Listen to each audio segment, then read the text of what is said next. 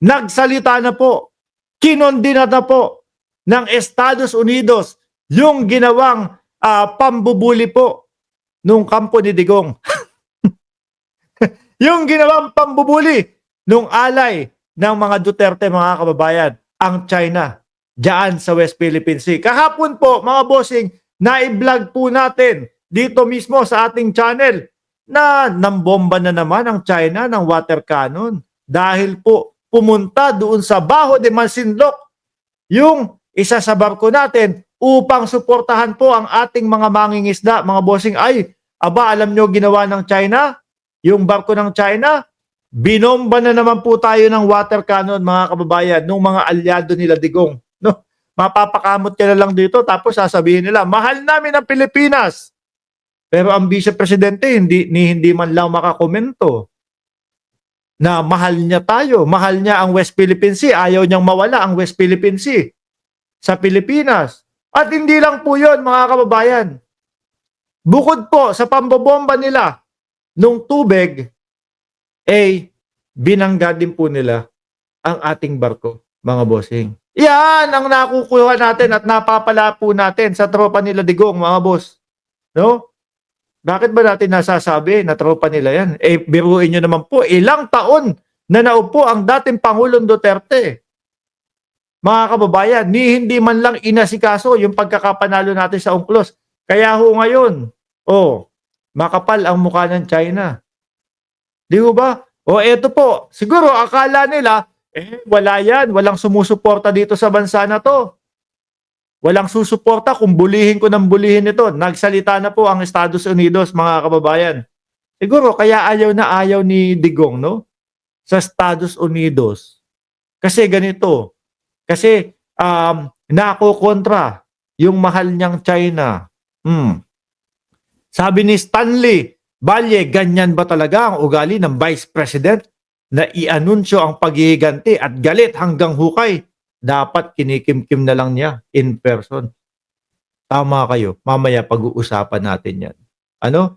Eto po ang balita doon sa mainit na nangyayari po sa West Philippine Sea, mga bossing. Liga ng Estados Unidos sa pagsuporta.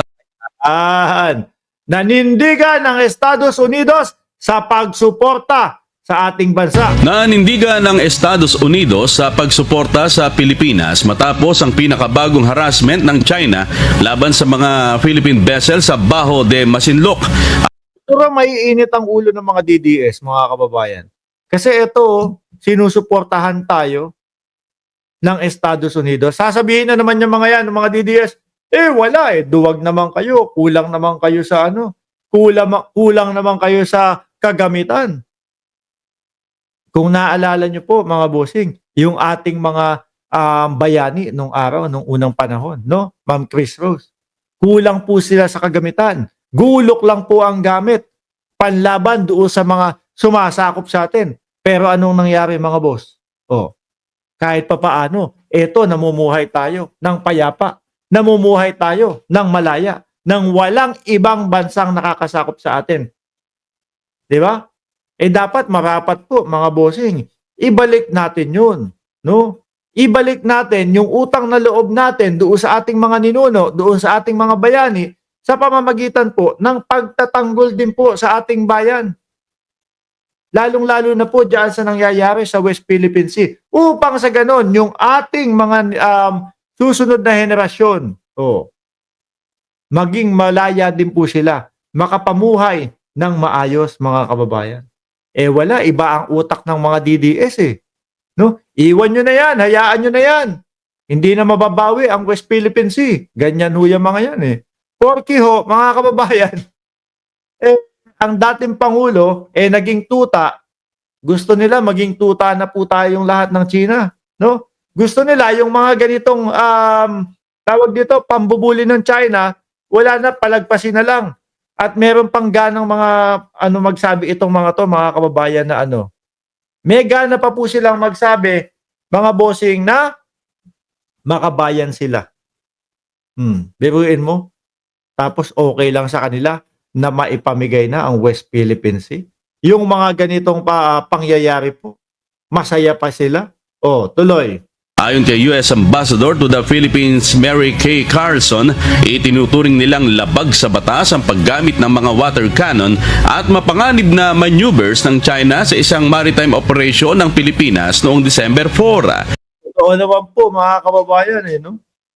Hindi nila ginagalang yung UNCLOS na naibigay sa atin ang karapatan ng West Philippine Sea. Sabi ni Pempe Santiago, shout out please from Los Angeles, California. Sabi ni Hill Obordo, ganyan mga salita ang dapat madinig ng mga kabataang Pilipino. Ganyang aral ang gusto ni Sara ipahayag sa kabataan. Naku, mainit kayo doon sa speech ni Inday Sara Duterte. Man, saglit lang. Pupuntahan agad natin yan. Alam nyo, may 4 lang tayong topic ngayong araw. Di ba?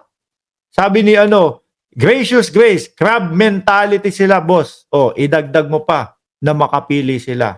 Mga pinagkakanulo na tayo nitong mga to sa China, mga boss, no? Tuloy.